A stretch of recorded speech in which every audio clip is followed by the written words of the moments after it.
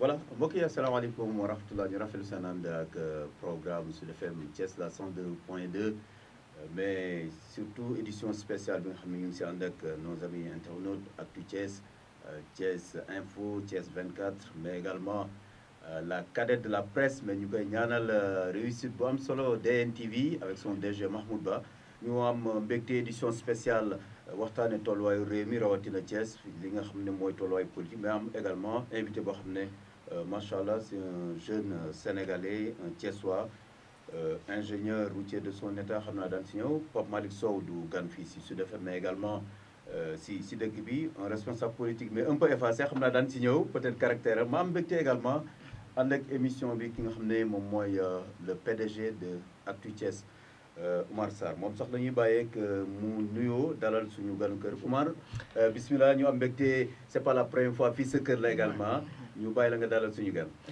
Merci beaucoup donc comme ni ma ko waxee Imam Babacar Ndao l'un des doyens de la presse effectivement nekk un professionnel de l'information et de la communication fii ci biir Thiès surtout à travers la 102 point du Sud FM donc du coup mu nekk loo xam ne tey lu am solo la mu nekk vraiment une émission spéciale ñuy dalal suñu jeune frère Pape Malick Sow mu nekk responsable politique ci parti bu APR bokk ci Benno Bokk Yaakaar tey ñu war a toog waxtaan ak moom ci tolluwaayu réew mi rawatina Thiès li nga xam ne jaar na fi Pape Malick dañ lay bàyyi d'abord nga nuyoo ak mbokki xarit ñi seetaan ci Sud FM mais également ci mbooleem presse en ligne yi nga xam ne ñu ngi fii ci biir Thiès à travers Thiès Info Actu Thiès Thiès 24 ak DNTV. donc jërëjëf alhamdulilah donc maa ngi nuyu mbooleem askan wi yëpp ñuy suivre en direct émission bi nga xamante ni doyen Babacar Ndao moo koy porté di nuyu ñi nga xamante ni mooy la presse globalement que ce soit la rajo Sud FM et également la presse en ligne bi nga xamante ni tey ñoo mobilisé wu joxe benn acte bu fort un acte symbolique puisque synergie bi leçon bu mag la ci démocratie dans le cadre de la communication et je pense que les politiques même doivent s'en inspirer pour gën a gagner stabilité réew mi donc en bref daal loolu laa amoon di wax dans un premier temps. di kontaan ci ànd ak yow encore ci émission bi. jaajëf saabu di fët boppam de waaye si 45 secondes Pape Malick Sow mooy kan. bon brièvement c'était un jeune sénégalais bu jàngee fii jàngee Thiès dem nekk professeur de maths dans un premier temps servir lycée Taïba Ndiaye jóge fa servir lycée Malick Sy.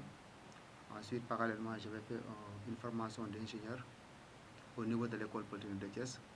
boo fa génnee par la suite laa liggéey au niveau du PUDC jóge fa dem BPDC le programme pôle de développement de la Casamance boobu laa ci dellu si waat parce que am na importance ñu éclaircir ko jóge fa dem Promoville ensuite actuellement maa ngi au niveau de AGB Transport Group comme lan comme ingénieur routier comme chef de projet directeur de département d'exécution des travaux. ingénieur routier mooy kuy defar tali. waaw ingénieur routier mooy kuy defar tali. dégg naa tali cher na de. trop cher na mais da koy jaar pour nga boo bëggee porter développement réew. il faut dañ naan fu yoon jaar rek lépp jokk si. kilomètre goudron fu mu toll temps yi. bon comme nee na temps yi lépp yëpp Pape Malick Guèye seen réew mi. tout temps yi ah tout dépend xam naa daan ci ñëw la ah. affaire yi moom tar na de. bon question bu xaw a difficile répondre la. ah parce que goudron ça dépend ci structure bi ngay teg. ok en fonction de la structure ça peut coûter 500 millions ça peut coûter 1 milliard ça peut coûter 100 millions ou moins tout dépend du type de structure. ok Oumar. alors très bien am na solo foofu laay rebondir par exemple tey li ñuy wax ci li nga xamante ne en tant qu'ingénieur routier nga nekk doomu Thiès également damay tëb dem directement ci projet yi nga xamante ne yoroon nga ko à travers le PUDC ci zone Casamance tey ñu gis réew mi fi mu tolluwaay yi bëri lool mu nekk ay jafe-jafe ñuy wax ni dafa am investissement yi nga xam dañoo bëri doole président Macky Sall daf ko def ci biir Ndakaaru ak li ko wër waaye yeneen dëkk yi dañ leen a bàyyi te yow nga nekkoon Casamance lan lañ fa mën a jàngatee. donc en gros là pour wax la foofu question bu pertinente nga posé parce que dans le cadre de la politique bi nga tuddee équité territoriale dafa am benn paquet de projet boo xamante ni dafa nekk ci biir PSE ci projet yooyu nous en avons le PUDC muy intervenir ci zone rurale bi pour la plupart ci domaine yu bari au niveau des pistes de production des pistes de désenclavement au niveau de l'éclairage comment on appelle rural bi di intervenir aussi ci agriculture bi PUDC package bu bëri ay Ak pàcc les pistes de la production. programme d'urgence de développement Développement communautaire lépp lu war a soqali gox goxaane communauté donc voilà mu loolu day am nekkoon solo. dans le cadre de la politique d'équité territoriale parce que dañoo gisoon ni grande ville yi ñoo doon ëpp lu ñuy absorber les infrastructures ñu jóge ci boobu projet bon boobu tas na Sénégal bépp amul benn département boo xamante ne épargné ko ensuite au niveau de la Casamance amoon benn projet bu structurant bu ñu tuddee le PPDC le programme pôle de développement de la Casamance boobu aussi doon intervenir dans le cadre des pistes de production désenclavement di intervenir aussi au niveau des digues des barrages donc en tout cas l'ensemble des ouvrages yi nga xamante ni mooy permettre soit déplacement mobilité personnes yi ak biens yi ak produits agricoles yi mais également di permettre agriculture bi ñu mën koo porter donc si biir Casamance boobu dans le cadre du financement du cofinancement Banque mondiale État du Sénégal jotoon naa fa liggéey fa ci accès compliqué yoo xamante ni am na doomu Ziguinchor Bignona yu fa juddu ba tey ji ñu nekk ay mag mosu ñoo teg seen tànk ci zone yooyu ndax pour des questions de sécurité l'État a affronté en tout cas cette question bu mel ni Bayla Suel Ñanki Djibi Dione jaar Sindian ba Mampalago non seulement c'est des pistes de production qui permettent de faciliter le déplacement des biens et des services mais également c'est des pistes de sécurité ñu bari comprendre ñu loolu moo tax tey ci armée bi boo gisee feu et flamme bi mu def foofu yooyu façon projet bokk na li nga xamante ni day sukkali réew ci dëkkuwaay bi mais aussi day assurer la sécurité pour permettre à l'armée d'intervenir à temps réel yooyu bari nañu xamuñu ko ci moo tax ñun ñu fa jot a liggéey nekk des patriotes parce que Ousmane Sonko mu fa dëkk tey jii li fa président Macky Sall def en termes d'infrastructure route yi nga xamante ni MCA def na ko bu mel ni aussi les ponts de Marsassoum xam ne day désenclavé carrément Sédhiou parce que Sédhiou moo fa doon jaar Ziguinchor Bignona Diaroumé Sédhiou actuellement à partir de Bignona tu peux bifurquer sur Marsassoum ce pont là dem directement Sédhiou en un temps record donc en gros c'est des projets comme ça qui ont facilité le déplacement mën a génn produits agricoles yi doon périr foofu avec les 2 bateaux yu bees yi mu fa teg ak l'aéroport qui l'a doté en tout cas de 4 avions de dernière génération loolu moo facilité actuellement écoulement produit ba nga xamante ni Ziguinchor tey gis na boppam positionné na boppam di wax ni daal Ziguinchor avec le président de la République parce que ñun ñu fa liggéey xam nañu njëriñ. kon da nga jàpp ne du ñëpp am moyen di daan jaar par avion pour dem Ziguinchor mais looy tontu également ñuy wax ne tali kenn du ko lekk. état day jël ay milliards loolu depuis temps président Abdoulaye Wade dañ ko daan dégg di wax mais ñu bëri na nañu am na dëgg si sénégalais yu bëri suñu wet gii rek dégg nga Ila Touba autoroute bi donc en gros l'ensemble des projets que vous soyez Promoville et autres aussi qui a intervenu au niveau des zones périurbaines par exemple dans les communes yi nga xamante dañoo amoon problème d'accessibilité parce que Promoville en réalité day interconnecter les services de base écoles yi poste de santé yi marché yi kër yi loolu mooy kon Promoville du defar tali rek non defar tali am na aussi am na projet yoo xam ne ci biir Promoville dafa nekk des projets yi dem ci ce qu'on appelle comment on appelle ça encore développement communautaire maanaam day ñëw ci poste de santé yi intervenir ci mur école yi ci salle de classe yi ci espace des jeunes yi ak ainsi de suite en gros les projets d'infrastructure de manière générale que ce soit les aéroports que ce soit les comment on appelle les autoroutes seen impact soo koy mesurer c'est des impacts en général indirects parce que tey boo jëlee ku daan jógee Thiès avant 2000 par exemple dem Dakar tu faisais 4 heures de temps entre Dakar et Thiès aujourd'hui avec l'arrivée par exemple de loolu koy neel ba 2017 rek parce que 2019 la autoroute bi donc faut dire jusqu'à Kaolack autoroute dem na ba actuellement mi ngi génn Mbour di dem Kaolack mi ngi bëgg a lancer bu Thiès Saint-Louis avec la corridor côtière bi aussi qui a très bien avancé il reste juste une petite portion entre comment on appelle la zone de après Tivaouane là côté Ngaye Mékhé la zone maraîchère quoi après Taïba Ndiaye la zone des Niayes quoi zone des Niayes côté boobu rek moo des tuuti donc pour dire que impact yi mën nañu koy mesurer par exemple soo doon évacuer un malade mu jóge Thiès war a dem Dakar war intervention de manière directe ñu waroon par exemple jël temps bi nga xamante ni mooy temps bi nga xamante ni intervention médicale dafa war a am ñu doon pronostic bi waroon nekk 30 minutes wala 40 minutes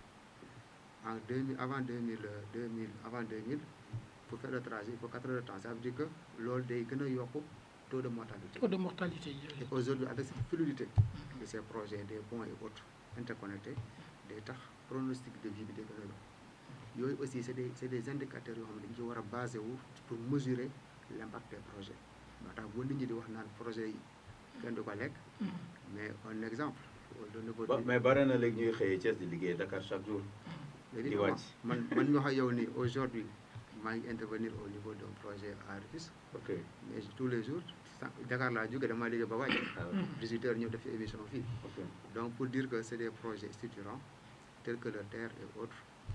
Alors très bien monsieur Sow jërëjëf mais li nga wax am na solo ci ay leeral mais également dafa am ñu bëri ñoo xam ne dañoo ne tey Sénégal bi ñuy amaat confiance ci Macky Sall di ko jox un second mandat mooy ñu fexe ba nga xamante ne ndaw ñi daañu gis seen bopp maanaam ci xëy yi parce que tey li ñuy gis muy ñoom Sonko ak ñeneen ñu mënta nekk tey dañu jël ndaw ñi jiital leen ci seen politique parce que jàpp nañ ni tey ndaw ñi nekkuñu à l'aise. Donc foofu aussi je veux être vraiment précis parce que souvent nit ñi ñoo di communiquer wala c'est ce qui porte les projets mooy les emplois qui sont créés à travers les projets.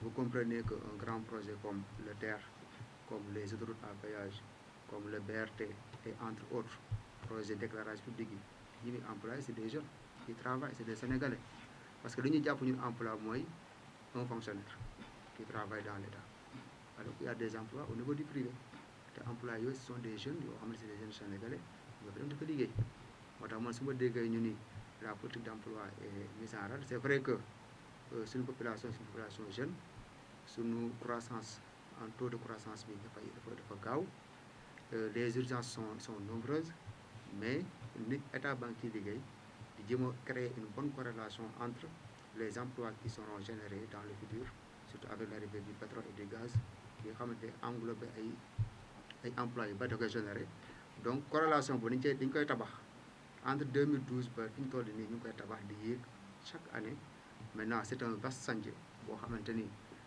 c'est à l'infini parce que tant que dund ngi am bëgg-bëgg di am bëgg emploi di am donc loolu moom ça va de pair avec le plus souvent également dañuy wax ne en réalité état du créer emploi mais day créer conditions yi donc privé moom moo war a créer emploi mais est-ce que état yéen ñiy liggéey surtout sur les grands chantiers Pape Malick Sow est-ce que gëm ngeen ne état mi ngi créer ces conditions là yi permettre à sa jeunesse tey ñu mën a gis seen bopp si xëy ndaw la. Parfaitement c'est la raison d'être même des projets en réalité parce que il crée les conditions yi xamante ni day permettre entreprise yi mën a gagner ay chantiers mën a recruter des emplois parce que emploi yi li ëpp li ñuy créer ci privé bi la fonction publique ne recrute pas assez ça il faut le reconnaître donc conditions yooyu maintenant ce qui reste à faire mooy jeunesse bi dañu war a xam ni y a une mutation à travers le monde on n'est plus à l'ère où da ngay toog jàng di xaar état di la wutal liggéey nañu cibler les formations en tout cas les formations yi xamante ni mooy générer les métiers de tension. Voilà. Les métiers que ce de soit tension, le numérique, quoi. que ce soit dans l'entrepreneuriat, agriculture. maanaam nit ki nga formé na bu génnee war na mënal boppam comme américain quoi lan nga mën mais dajale ay diplôme génn mënoo dara loolu aussi ça ne veut rien dire donc il faut que nit ñi état daf na war a accompagner créer les conditionnalités l'accompagnement avec les banques avec les procédures ak yenn diligence yi par exemple c'est ce que j'ai toujours dit mooy nañuy créer ay parts dans les marchés ne serait-ce que même qu'on à hauteur de 5 à 10%. ñu ne tey jii les jeunes qui ont une tranche d'âge de 25 à 30 ans ñoom donc ñoo am accès par exemple sur cette part de marché là donc suñu ko doon def aussi ça permettrait de booster plus la créativité et puis l'entrepreneuriat des jeunes. Très bien da nga ko jàppee échec de la politique de jeunesse wala mën nañu améliorer. Bon c'est une amélioration parce que bul xool par loolu li nga bokk affaire. xam naa daan ci ñëw Pape Malick Sow. mais wax ñu rek si sa jaar-jaar ak sa gis-gis. jeune nga tey bu la dénkoon département de la jeunesse xam naa am nga sa xalaat sa gis-gis mais actuellement fi ñu toll. gëm nga ne état mi ngi def dara mais war na mën a yokk. dafa war a yokk bu baax a baax moi je lui dis on est dans des pays yoo xamante ni population dafa jeune donc foofu aussi d'ailleurs c'est pas pour rien ñu daal di créer tout dernièrement suite à la revendication des jeunes mooy xëyu ndaw les émeutes de mars. donc yooyu yëpp c'est des réponses que l'État le mais yooyu ñu bëri ne nañ ay slogan la parce que xëyu ndaw ñi programme yi dafa bëri yoo xamante ne Macky Sall wala boog dafa lajj ci wàllu communication. donc parce que foofu aussi peut-être c'est la communication parce que ñun ñu ne woon ci Promoville par exemple au niveau de Promoville dañuy exiger les bailleurs de fonds dans les termes de référence dañuy exiger la création des emplois des jeunes par exemple si Promoville par exemple pour formation pose de pavé yeeg yëpp day jël jeunes yi di leen motiver jàngal leen di leen fay les maires yi ñu leen capacité par rapport à SIG le système d'information géographique pour faciliter la collecte des ordures pour faciliter comptage par exemple population bi numériser par exemple le système d'état civil. yooyu yëpp c'est des en tout cas des dérivés de ces projets là. Donc, mais yooyu xam nga luy problème bi Pape Malick état bi day yàgg di wax ay projet de numérisation de l'état civil yàgg nañ ko wax mais ça tarde à prendre forme parce que dañu ne dafa am foo xam ne manque de volonté la wala équipe bi nga xam ne ñoo ànd ak seen président suñu président parce que damay wax président Macky Sall c'est le président de la République mais tey bu dee dafa am ay nit yu mu jiital nga xam ne toujours dañuy lajj parce que bu ci mujj rek mooy bu tiwaawoon nga xam ne xalif général dafa toog bi Ahmed Amar di may ambulance mu ne carrément yow en tant que ministre de la santé mënuloo lu ñu la jox en 2018 ñu dem ba 2022 tey ñu gis ay victimes est-ce que tey du équipe bi mu teg ñoom ñoo nekkul à la hauteur des attentes des populations. Moi je dis c'est un peu trop dur parce que le Khalif quand même il a dit plutôt que dafa bëggoon ñu relever hôpital bi ci niveau 3 parce que vu la taille de la population bi question bi dafa mënul parce que ku xam Diouf Sarr aussi moi c'est un talibé Cheikh ñu xam ne ni njàmbaar la il a fait beaucoup d'avancées en tout cas sur le plan de la santé. Mais c'est pas un homme du Sénégal quand même. Même syndicaliste dañ ko décrire pas mal. En réalité Diouf Sarr moom il est bien mais santé moom c'était pas son secteur vraiment. xam nga en réalité les ministères là on a besoin de managers. Donc c'est une spécialité boo ko jàngee. Comment coordonner les activités. Comment créer l'immigration. boo ko jarul nga nekk docteur pour nekk ministère. Ah mais boo nekk docteur ci lay gën a neex Eva Marie Coll Seck professeur Eva Marie Coll bi mu jaaree gis na ni elle a marqué le en général ils ont plus de problèmes avec leur père en général. waaw mais moom elle a marqué le secteur. Donc c'est pour dire de façon. ce qui importe mooy ay manquements am na. il faut des améliorations. Donc il faut regarder le système d'audité que ce soit la santé et ailleurs tous les secteurs de manière générale ñu xool les améliorations qu'il faut porter parce que quand même comment on appelle sooy liggéey ci secteur d'activité en général du lépp nekk perfection. Parfois am ñoo xamante ni bon ils vont pas suivre mais tout ce qui ne suit pas il faut essayer de les mettre au rang en mettant maintenant des politiques très sévères de suivi de sanctions à la limite bu fekkee da koo jar.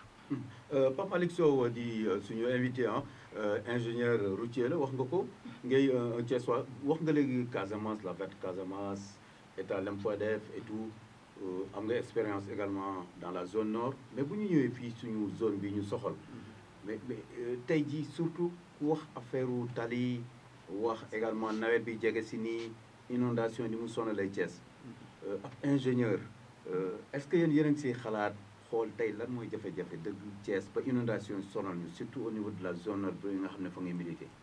Donc en gros foofu pour répondre à cette question là li ma ci bëggoon a leeral mooy dans nos états parfois expansion démographique lay gaaw boo xamante ni les plans directeurs yi war a rectifier waat pour corriger ko pour permettre ñuy def viabilisation avant ñuy def occupation yi souvent yooyu day manqué et bon quand l'État transfère certains domaines de compétences muy les services conseillers yi nekk au niveau des communes que ce soit la mairie le conseil départemental et les services de manière générale muy cadastre et autres chacun doit jouer son rôle sa partition c'est qu'il faut que les gens apprennent à travailler en synergie. Je ne sais pas aussi si le maire d'une commune que je me permets par exemple xool benn espace rek mu daal di viabiliser bi daal di koy comment on appelle lotisser tant tenir compte de la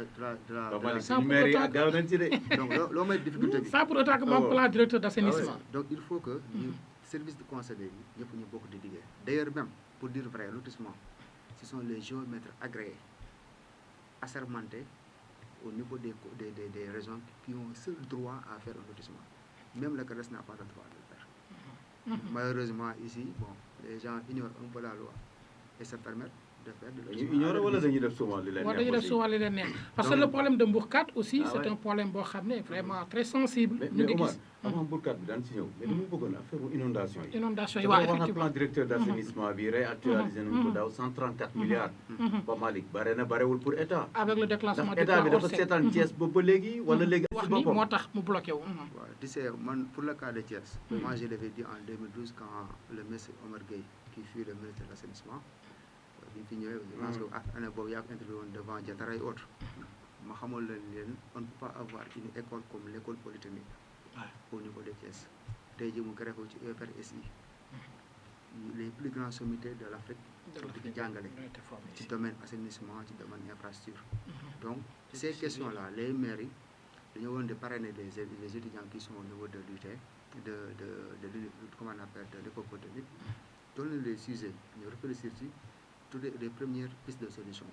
Ce que fait l'État est basé pour ces questions d'inondation-là, quelles sont les zones, c'est des zones quand même habitables et les zones qui ne le sont pas. Malheureusement, da nga yaakaar ne loolu defuñu ko pourtant état des lieux Pape Malick gars yi réactualisé nañ le plan directeur d'assainissement. est-ce que du maintenant question de volonté ak jëli xaalis bi l'État def fait beaucoup liggéey d'efforts, hein, fait beaucoup d'efforts, mais 134 aussi, milliards quand même hein. il faut comprendre aussi il y a le comportement des populations. Parce que bon, demain, dans la plupart des communes au Sénégal, le comportement des populations reste à désirer. Ils ci caniveau ils sortent à Imbalit, ils sortent à la veille parce que c'est l'occasion de faire un appel ici au Sénégalais. Ñu ngi dugg ci tabaski boo xamante ni ci weeru nawet lay nekk dañu éviter jël carcasse yeeg ces détails là di dugal ci caniveau yi boo seetloo tey Thiès actuellement bon yaa ngi gis curage yi nga xamante ni ñu ngi koy def un peu partout dans les communes d'assainissement. Donc c'est pour dire que y a non seulement l'État qui doit faire le travail qu'il faut parce que fu ne di dëkk dañ ko war assainir, ça c'est un impératif. Les populations ici doivent faire une bonne gestion en tout cas de ces ouvrages yi nga xamante mooy permettre ñu soulager leen ci inondation bu dikkee bàyyi du mel. Maintenant au-delà de ça tous les grands pays même que ce soit les États-Unis kenn amul benn pays boo xamante ni tu es exempt de subir des inondations parce que tout dépend aussi de la pluviométrie.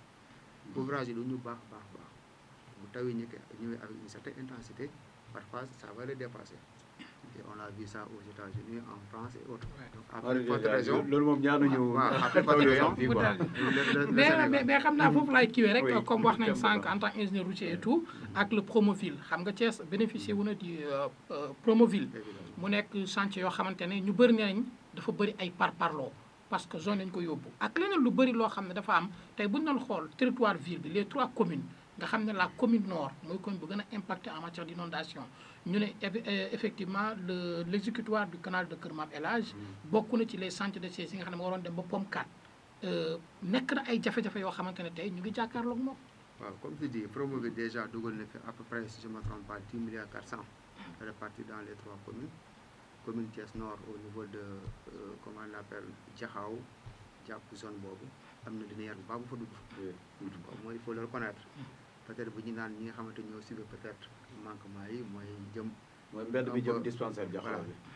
peut-être zone bi na fa am ci benn tronçon de à peu près de moins de 1 kilomètre.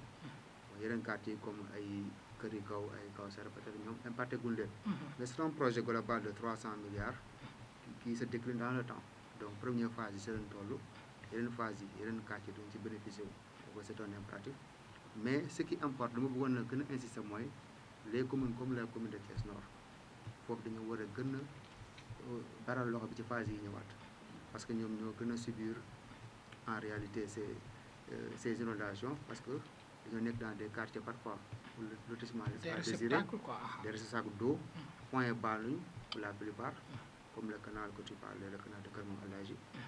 Maintenant sur ce domaine aussi li ëpp importance mooy ñu yokk gabarit caniveau yi parce que population yi bi nga xamante ni moom lañu dimensionné woon ces caniveaux là ak population bi ñu toll tey di bokk donc yokkaat gabarit yi dafay nekk une urgence boo xamante ni mooy permettre ñu mën a soulager débit d'eau yi ñëw pour mën ko yóbbu au niveau des réservoirs. am na beneen loo xam ne tudduñu ko sànq Oumar également PACASEN. PACASEN oui. parce que yooyu aussi dañuy jàppale les collectivités locales.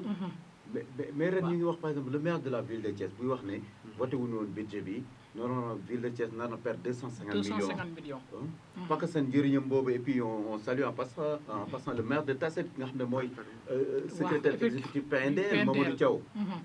C'est pas parce qu'il est du département de Thiès que day beral Thiès mais plus de 300 milliards la ko président de la République dénk Pape Malick Sow. Est-ce que tey jii bu ñu defoon synergie d'action dajale yooyu yëpp mais Thiès waruñu mën a régler problème en passant le DG de l'ONAS docteur Babacar Mbaye il habite ici à Thiès. ñoo ñëpp bu ñu day ay borom xam-xam lañ comme yow. donc mais boole fekk président Macky Sall yéen ñi koy jàppale mu jël plus d'une quarantaine de Thiessois par décret nommé leen. mais tey Thiès war na dépasser fii pas mal. donc évidemment comme ni ko waxee noonu au niveau du programme PDZP PNDR mooy le programme de désenclavement des zones de production bi nga xamante ni moom la Mamadou Thiaw lancé tout dernièrement les zone 2 bi di couvrir Diourbel ak Louga maa ne woon chef de mission bi foofu ñu déroulé fa comme ni ñu joxoon projet bi ba mu mat sëkk delluwaat ko mais di wax ni c'est des projets yoo xamante ni dañuy impacter pour désenclaver toutes les zones de production. Par exemple fi mu ne woon di intervenir man fu mel ni Diourbel ku xam zone bu mel ni Mbacké Taïba Cekkeen Ndioumane pour dëkk zone boo xam nga ni zone boobu c'était inaccessible. Mais aujourd'hui avec ces projets ça a permis ñu mën a écouler produits agricoles yi ba pare interconnecté ay zones yoo xam c'était hyper désenclavé. Donc Thiès am na ay kàngu yu fi nekk mais il faut aussi que les politiques surtout des maires des communes di créer ce qu'on appelle des groupes consultatifs. maanaam borom xam-xam yi nga xamante ni ñooy graviter autour des compétences yi ñu leen transféré ñu leen di déglu pour les aider à prendre de bonnes décisions. Malheureusement c'est un cabinet de maires composé de copains, un bande de copains qui veut prendre des décisions. yaa ngi sànni xeer ñi fi nekk ngay sànni xeer wala de tout temps noonu la daan demee. non moi je dis parce que je connais des régions yoo xamante ni les maires sont ouverts.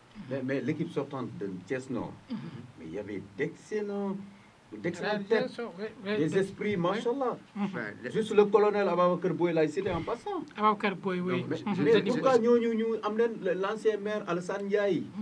Bon, ils ont fait ce qu'ils pouvaient faire de toute façon parce qu'on a vu quand même il y a pas mal de choses qui ont été réalisées à Thiès donc sous leur magistère. Des facilités yu bari comme l'arrivée de l'ISEP de Thiès qui nous a coûté à peu près 7 à 9 milliards. Commune Thiès ñoo daa ko joxe. Mais foofu c'est important de rappeler aussi que Thiès toujours rek day am jafe-jafe en matière de collectivité parce que bu ñuy xool avant Mbour ak Sow di ñëw ñoom réew mi moo fi nekkoon. yore les 3 collectivités maire yi koo ci laal mu ne la. mënumaa def dara parce que état daf ma xoj tey ñu ñëw gis ak le Yewwi Askan Wi ak ñoom Babacar Diop ñoom Birame Souleye entre autres ñu gis ñoom it fu mu toll nii ñu ci nekk ñu ngi fippu naan non il faut que affaire yi am changement amul rek état te ñoom ay démembrement état lañ et puis population yi c'est des citoyens sénégalais. c'est pour dire que gis nga l'état est assez démocratique lépp lu mu war a yóbbu ci maire yi accompagnement il est fait de manière démocratique. mais dafa war force la parce que l'état c'est nous tous. c'est pourquoi je dis que ñoom xamul état xamul loolu. bon maintenant. En tant que politicien de l'opposition, parfois pour masquer leur incompétence wala yenn limites yi ils se permettent de tout dire sur l'État. Les 4 maires de Thiès moom machallah c'est des dignes Thiessois comme yow. Non ils sont très brillants. Je ne focalise pas sur simplement les maires de Thiès. Ah d'accord. Mais on est à Thiès de manière générale quoi. En fait ils sont plus des maires de Yewwi. De toute façon ay maires de Thiès ñu ngi leen di nuyu. Ils sont élus par les populations hein. Et puis en temps yow candidat nga woon mais après lan moo xewoon ba ñu foqati seen loxo ngeen retiré wu. wala local yi passé na. discipline de parti loolu passé na je pense que jëruñu ci dellu si waat discipline de parti on s'est rangé. Non mais c'est important de rappeler ça aussi parce que xam nga bu dee da nga nekk woy politique nga ànd ak Macky Sall je pense que bi nga milité APR depuis 2009 2010 ci nga ci milité mais gis nañ fi lu ne xew fii parce que dañuy gis élection am ñu bëri gën déclaré je suis candidat pour la mairie wala pour les députations mais dañuy gis Pape Malick Sow mu am benn ligne de conduite loolu lañ la bëgg wax nga faram-fàcceel ñu ko lan moo ko waral. vous savez man de toute façon sama objectif principal comme ma la wax mooy àgg fi gën a kawe ci politique pour mën a jëriñ askan bi je me suis engagé sur le terrain politique surtout au niveau de Thiès Nord en termes d'investir je pense que vous en tant que journaliste vous pouvez justifier cela yéen a ko mën a wax seen bopp mais di wax ni le malheur qu'on a actuellement avec nos différents maires de Yewwi Askan Wi pour la plupart ñi ma xam seen trajectoire ñu demoon au lycée Malick Sy que ce soit docteur Babacar que ce soit docteur Djité, Birame Souleye, donc wala maître Ousmane Diagne. Maître Ousmane Diagne, Ousmane Sonko, j'en passe. C'est des anciens présidents de foyer pour la plupart. Wala ñuy diriger ay syndicats au niveau de l'université. ñoom discours va en guerre, conflit, guerre. Des grévistes donc, quoi. Bon, loolu ñu xam quoi. Alors que quand on arrive au niveau de la gestion des collectivités locales, casquette boobu ak yëre bu doon ko war a signé xam ne tu es un serviteur de votre. da ngay gis gars yi mënuñu defuñu la part des choses. defuñu part des choses pour la plupart. Parce que boo seetloo ku am vision dëgg-dëgg da ngay sentir ni ce sang là de étudiants. C'est valable pour Thiès wala. C'est valable pour Thiès. D'ailleurs on a vu le maire Babacar Diop devant un ministre de la République tenir des propos yoo xamante ni vraiment c'était déplacé. Tu veux dire qu'il croyait dafa defoon ni mu ngi ci grève quoi. dañu war a fàtte ni duñu ay président de foyer. C'est le cas de la plupart de ces gens là. Et li ma la wax nii tu peux le vérifier. Donc pour dire que dañuy dindi casquette président de foyer yi casquette dirigeant des mouvements étudiants. mais Papa Malick yéen est-ce que également yéen waa Benno Mburok Sow da ngeen jàpp ne ñu si bëri dañu jàpp ba léegi ne yéen mairie yi daal waa Yewwi gagné wuñu quoi. parce que am na ñoo xam ne ba léegi ay gént lañ ko teg ah. En réalité. ba léegi am na ñoo xam ne loolu lañ ko tuddee ko phénomène quoi. waaw naan phénomène. alors que ñoom dañoo campagne c'est de digne Thiessois ku si ne nga docteur Babacar Diop mais tey bu ñu amee un deuxième lycée public fii lycée Ma Amary Ndak mais xeex na si ñafe na si. étant président foyer lycée Malick Sy fi la ñu fekk ok bon Birame Souleye macha allah docteur Djité c'est des jeunes cadres quoi je veux dire maître Ousmane Diagne kenn du leen présenté mais ñooñu bu ñu demee ba waa Thiès même bu doon benn voix lañ leen jiitoo ah. da ngeen war a respecter le choix et puis ñu gunge leen pour seen mandat pour ñu seen réussite Thiès la war a doon réussite am. et puis yéen ngeen régler seen problème au sein de la grande mouvance présidentielle. pour ngeen nekk benn. le fameux Mburok Sow quoi. je leur souhaite la plus grande réussite. mais ils vont réussir ah. c'est que je le souhaite. ñoom loolu la ñu wax de. mais il faut ñu dindi départir de leur casquette de vraiment d'étudiant de président de foyer comme je l'ai dit tout à l'heure. li am solo mooy ñu dem ci la préoccupation des populations. Les questions qu'il faut attaquer, c'est les questions de la santé. Comment renforcer les sites de santé, qui est des compétences transférées. Comment renforcer le système éducatif en dotant de moyens. Comment gérer certaines questions liées aux infrastructures. Comment gérer... Voilà des questions qui nous avons dit marché, des marchés aux normes. Yu mel noonu ak de restructuration ci yenn zone yi xamante ni par exemple le lotissement est mal fait yooyu fan la leen di xaar de concert avec maintenant les services conseils. mais kon lan mooy sa gis-gis ci état des lieux bi maire de la ville def day en passant le maire de Thiès Ouest aussi dañ koy préparé. après 100 jours passés à la tête de la. xam nga ce qu'on attendait de lui moi j'attendais un grand discours boo xamante day ñëw di wax fu mu jëmale Thiès mais se faire un procès de boo xamante ni tu as tes propres éléments et tu dis ce que tu veux. Maintenant, il faut attendre il faut toujours laisser le droit de réponse ak ñi mu attaqué. mais li mu fi fekk boo ñëwee kay sa kër. état de lieu je suis d'accord 783 millions nga fekk bor. voilà di nga ko ki mu remplacé maire Talla Sylla fekkoon na fi 1 milliard 300 Omar. bu mu 1 milliard 300 waaw 300 emplois donc. ne Idrissa Seck ko bàyyi ak Jatara fictif la. man je vais pas rentrer dans ces débats fictifs ou non fictifs. en tout cas bu fekkee emploi yoo xamante ni doomu Thiès ñoo si doon liggéey. Moi, je veux dire que c'est de bons emplois, mais pourvu que ça soit légal et que ça respecte les procédures. loolu moo ci am solo. parce que fan yii entre parenthèse gis na le maire de Ourossogui l'agent judiciaire de l'État. maître Moussa Bokar Thiam dàq na fa ñu bare. ay doomu dëkk ba lañ mais nee na dafa ñëw ñenn ñi daanuñu liggéey. rappeler na leen à l'ordre. xam nga moi ce que je veux dire c'est que il faut que les gens comprennent que ces collectivités locales là dama ay missions yi leen jox. mission yi nga xamante ni mënu leen jox ci yow la ñu war a liggéey et non pas def ay casier des clientèles politiques. donc ça vraiment il faut. mais est-ce que dina yomb parce que bu ngeen campagne yéen ànd ak ñoom les militants ànd ak ñoom te ñoom it dañuy nekk ñoo xam ne dañuy bëgg am dara après. attaquer les problèmes yi nga xamante ne c'est des problèmes cruciaux. xam ne mooy l'intérêt général de la population nañ ci liggéey man vraiment ci foofu laa leen interpellé. mais maintenant amul benn collectivité locale wala benn pays à travers le monde. que ce soit le Sénégal ou la France boo xam ne da ngay ñëw hérité ko te doo fekk dette bor ak gestion réew ñoo ànd. alors très bien mais nooy jàngatee ci ñetti weer yi nga xam ne rek ñoom jël nañu Thiès ñu attaqué lu mel ni Kajoor Glace Mikeland coow li bëri yow en tant que way politique. ak acteur développement 300 jours avec un bilan nul parce que amul kenn ku mën a joxante ni voilà ce qu'ils ont fait attaque à part critiquer. mais opération pré-hivernale pas mal sax. kooku ça va ak set setal yi. bu ne un bilan ñu ne pas mal yow nag daanoo def politique politicienne. les opérations pré-hivernales. en bon mathématicien vous êtes concret. mais surtout xam na ak homme de valeur bi nga doon pas mal bu dugg dans le nihilisme yooyu. non c'est pas nihilisme, c'est que vous m'avez parlé des 100 premiers jours. waaw le constat mais au moins war nañ état des lieux ne lii leen fi fekk. waaw d'accord waaw loolu bu ko xeeb loolu liggéey la. et puis woote nañ fi def fii ay séminaire pour mobilisation de ressources. xoolal dëkk bi ni ñu koy defar atte gi wala yéen da ngeen nekk dans léegi. di sànni xeer rek quoi question sànni bu dee sànni xeer yaakaar na opposition bu ñoo si gën a taxaw.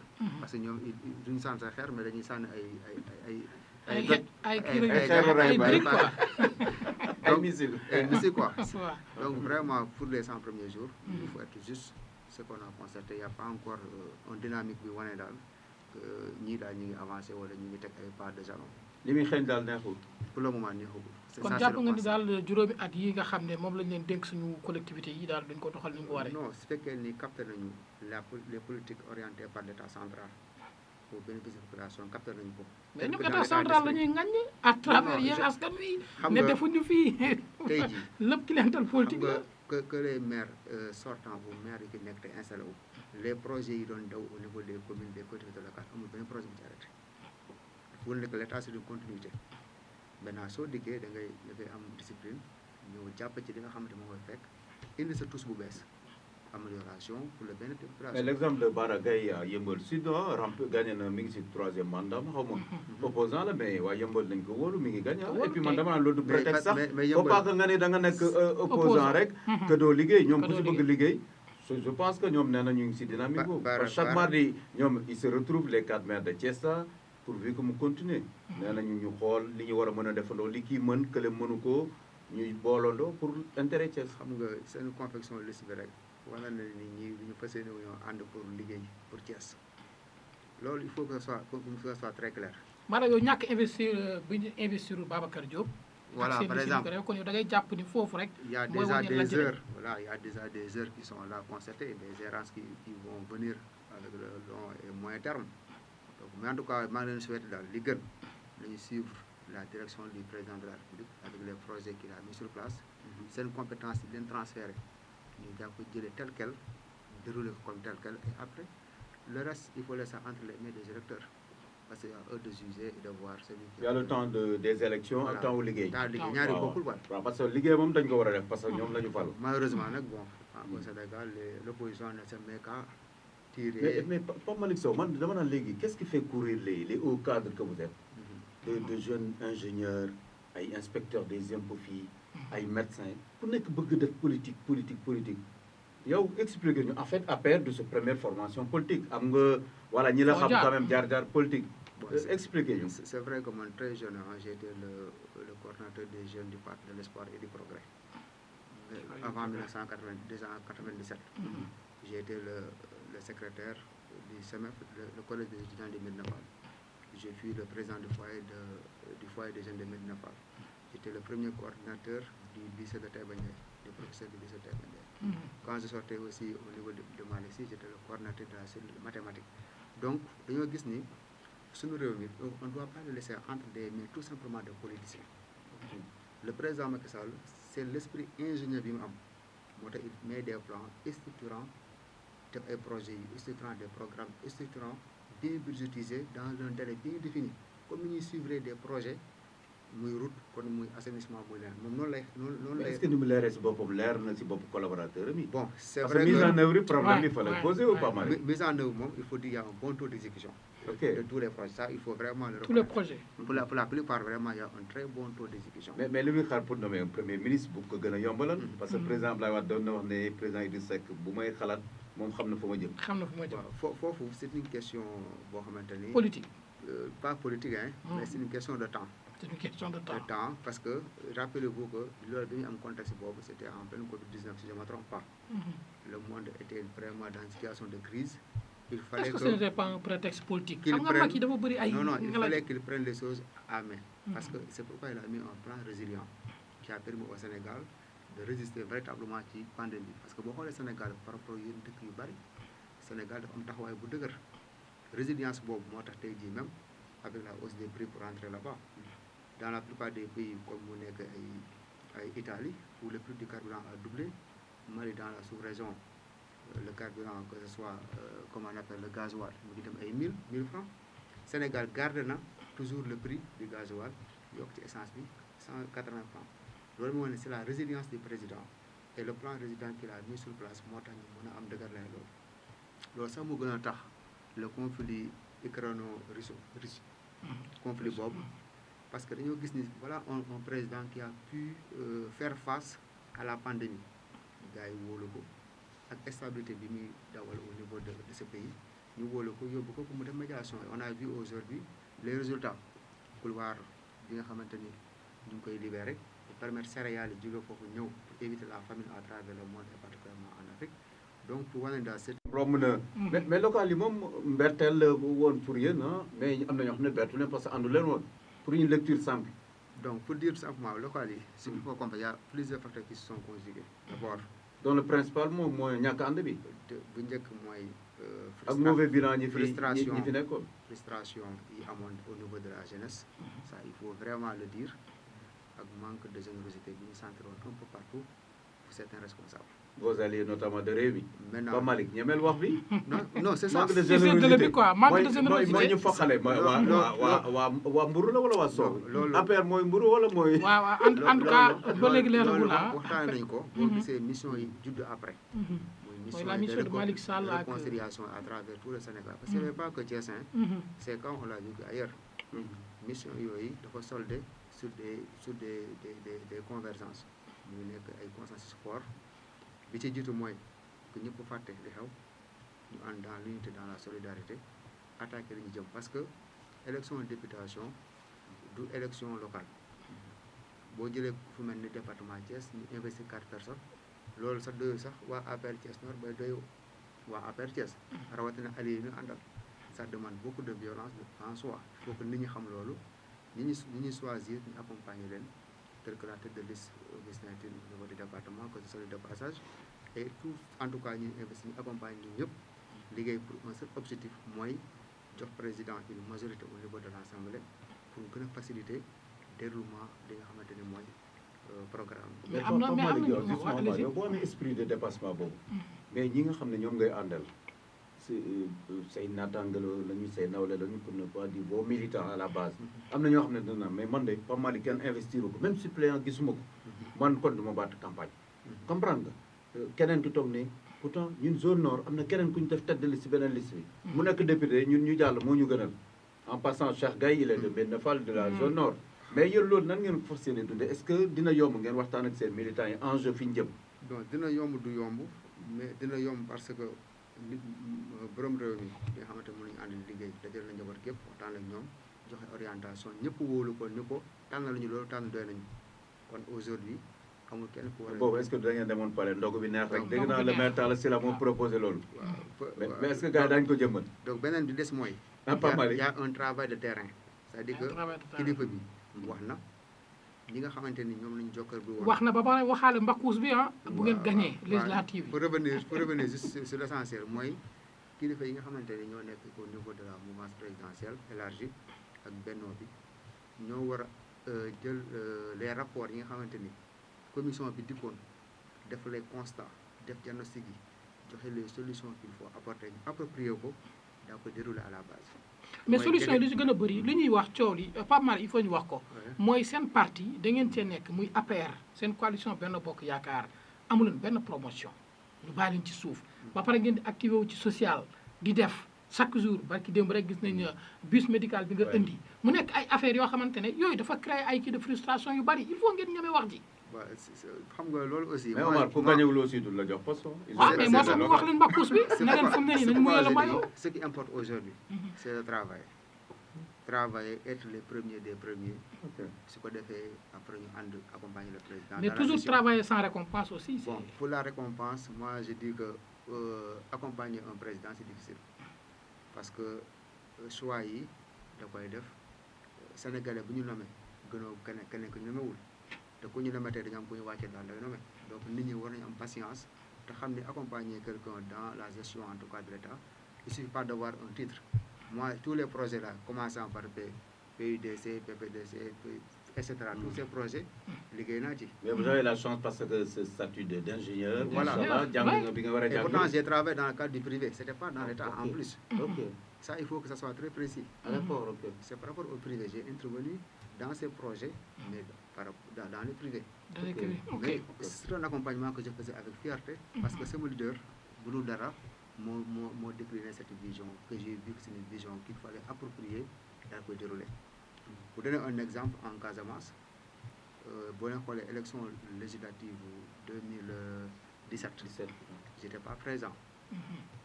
Fi nga xamante ni mooy tension fi am foyer de tension bi gën a grave ci Ziguinchor muy Bayla Sindian Djibidione Mampalako ci projet boobu laa defoon un accident avec 16 fractures teewul bi ma demee ba tane après 6 mois dama demoon ak le projet bi parce que dama gisoon population bi dafa soxla kon quand le leader Ousmane Sonko se permet de tirer à bout portant sur le président alors que des gens beaucoup plus patriotes que lui qui n'habitent pas Ziguinchor se sont sacrifiés pour donner en tout cas Ziguinchor ce nouveau visage.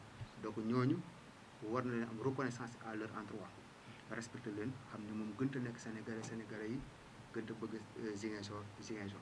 Donc pour dire tout simplement accompagnement bi comme je l'ai dit ñëpp mënuñu am ndombay tànk daanu dajul suuf mais il est important qu'aujourd'hui que cette jeunesse qui s'est autant sacrifiée soit promue au niveau des postes de responsabilité par rapport à leur formation, par rapport à l'humain apporté état.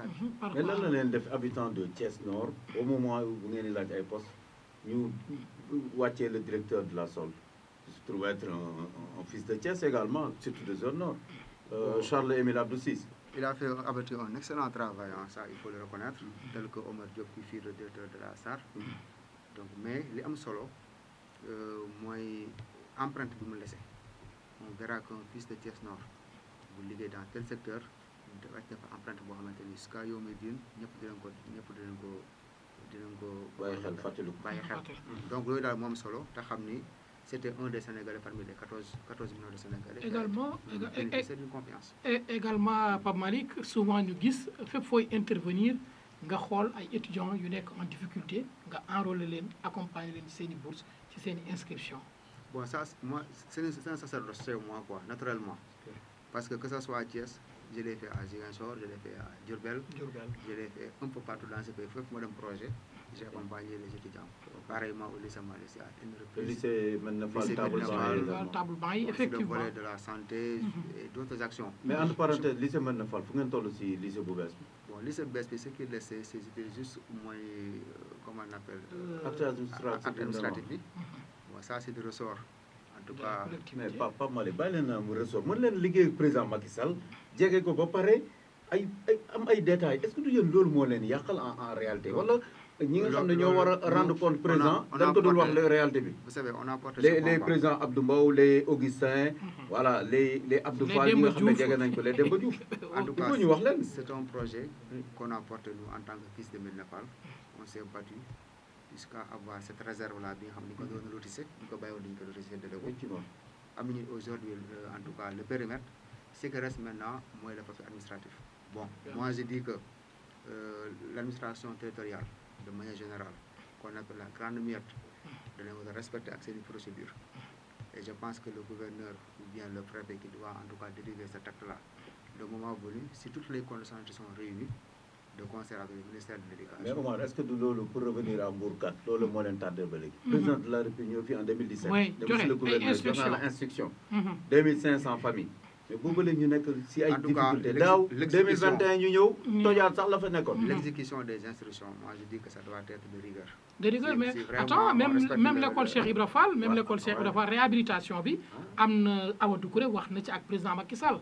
Ba mu joxe ay instructions 400 millions. Léegi fu mu yéxé. Mais ba dégg en tout cas, c'est pour dire simplement que l'administration aussi doit faire des efforts supplémentaires parce que l'administration bo gisé la plupart des... Est-ce que l'administration centrale, à la base, mais administration centrale, mais également les hommes politiques qui sont ci biir nguur gi di fi liggéey nekk ci quand tu parles d'administration, il faut faire la part des choses. C'est ce qui gouverne, qui donne des instructions aux fonctionnaires. Fonctionnaires aussi, qui procédure les dox. Procédure de temps. Le temps, par exemple, d'un Sénégal lambda par rapport à bëgg-bëggam mën naa bañ a nekk temps administration parce que moi j'ai fait 11 ans d'administration. yéen a fi waxoon accélérer la cadence. mais est-ce que comme Donc, du lu baarataal def raison de plus. du li baarataal def en moyen d'1 an mu tabax une école d'une valeur de raison de plus moo tax la plupart des projets ont été portés par des programmes. Par exemple, quand je prends Promoville, la coordinatrice, c'est une jeune fille. Bon, c'est une jeune dame de moins. Madame Diokhane. Madame Diokhane, Madame Sow. Madame Sow. Qui habite à Thiès. Madame Assou Diokhane. Mako Mak. Madame coordinateur PDC au niveau des Ziguinchor, à Lumane. C'est un jeune.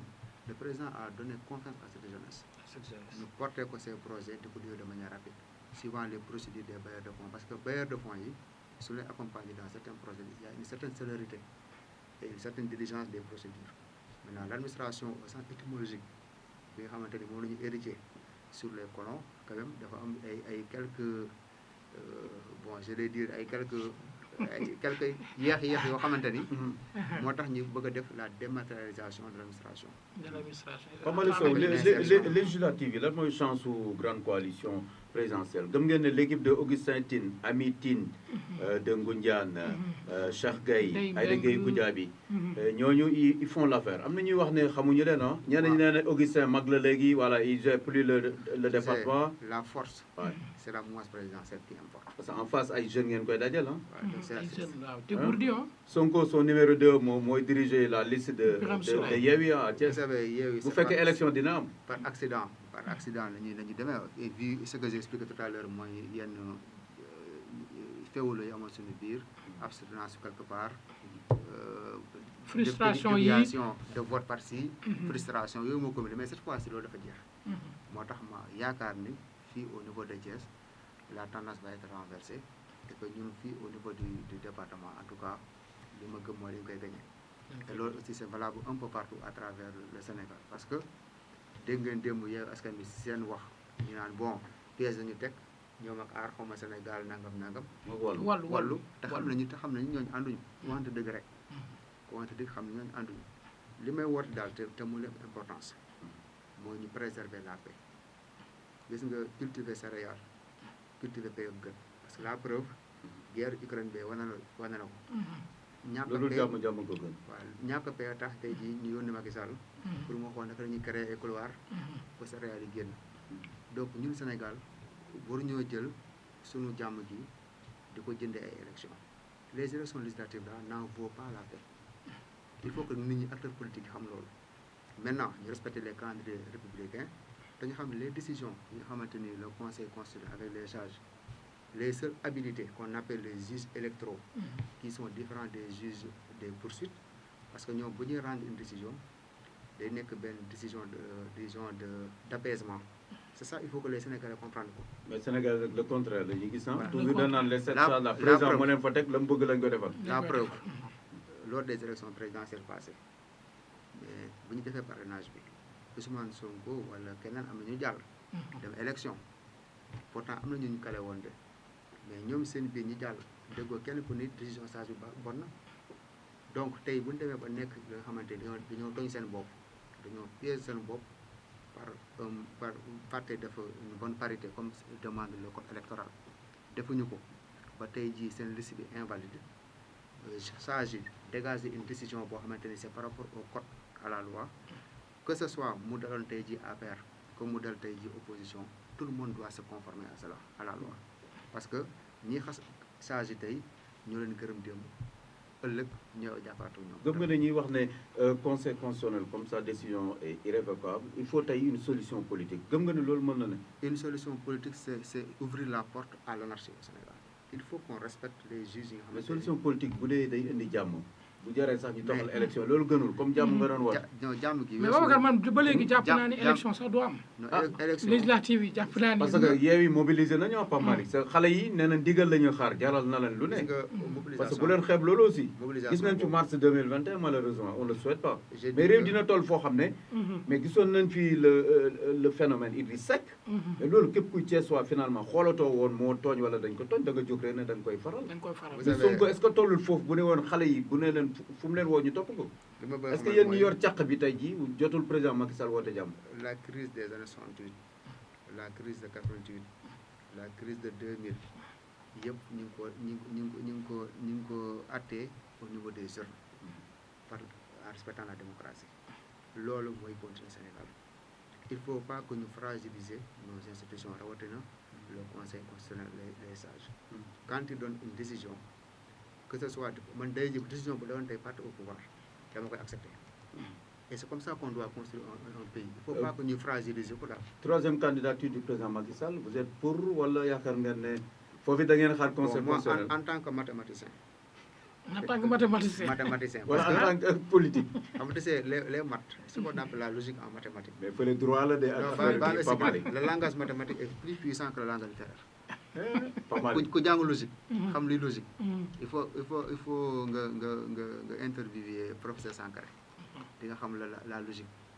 Quand la constitution est claire là-dessus mooy le mandat du président est de 5 ans. Nul ne peut faire plus de 2 mandats consécutifs. De combien? De 5 ans. Et moom waxoon na bu 2012 ci la bokk de.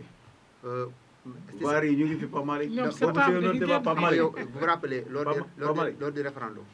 2016 émission bi ma defoon ak maître Diagne je pense Abdou Aziz. am na lu ma leen waxoon ma ne leen il faut pas que ñuy bàyyi ni par exemple parole président wala parole homme politique. dafa war a nekk ci kaw constitution loolu c'est une erreur. Quand le président parlait de sa volonté de réduire son mandat de 7 à 5 ans c'est une volonté. Mais bi muy def serment le conseil constitutionnel bi serment c'était sur un mandat de 7 ans. De 7 ans, oui. Léegi supposons que moo xam ne day yëkk mandat dafay jëlee 5 ans yu ko 20 ans est-ce que opposition bi taxoon di kaas naa. Pape Malick Daal il est pour la troisième candidature. Il est pour la troisième. Donc nañu gën ci législative mais pourvu que na nekk Sénégal am jàmm. parce que logique nga fi wax mathématicien. ni nga ko expliqué Pape Malick loolu. du yow rek am na ñeneen ñu ko def. xam nga sa position yow au moins am nga courage. xam nga li ma wax président Macky Sall joxu la benn ndooma tànk boo waxoon le contraire aussi amul mënul ci yow dara.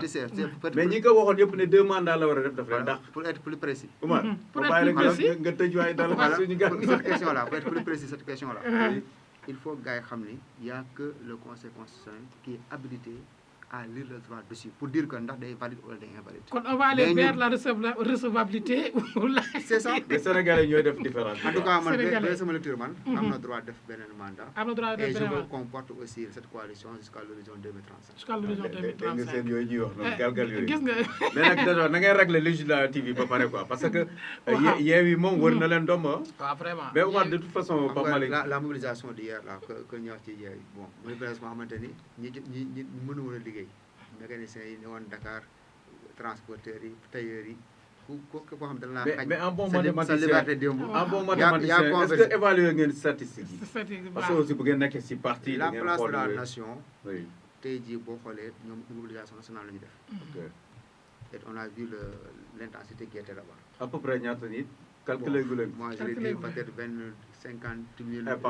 Pas mal. wala 50 000. 100 président Sonko rek nee na 200 000 Parle de jeunes 200 fekk 000 nañ ko sans compter il waa parle de PDS 200 000 jeunes. Le BRT a divisé la place de la nation le police en 2 sections. Les accords du BRT amoon nañu bëgg Pape Malick vraiment man ñu ngi lay sant di la gërëm xam naa Oumar mooy am le mot de la fin.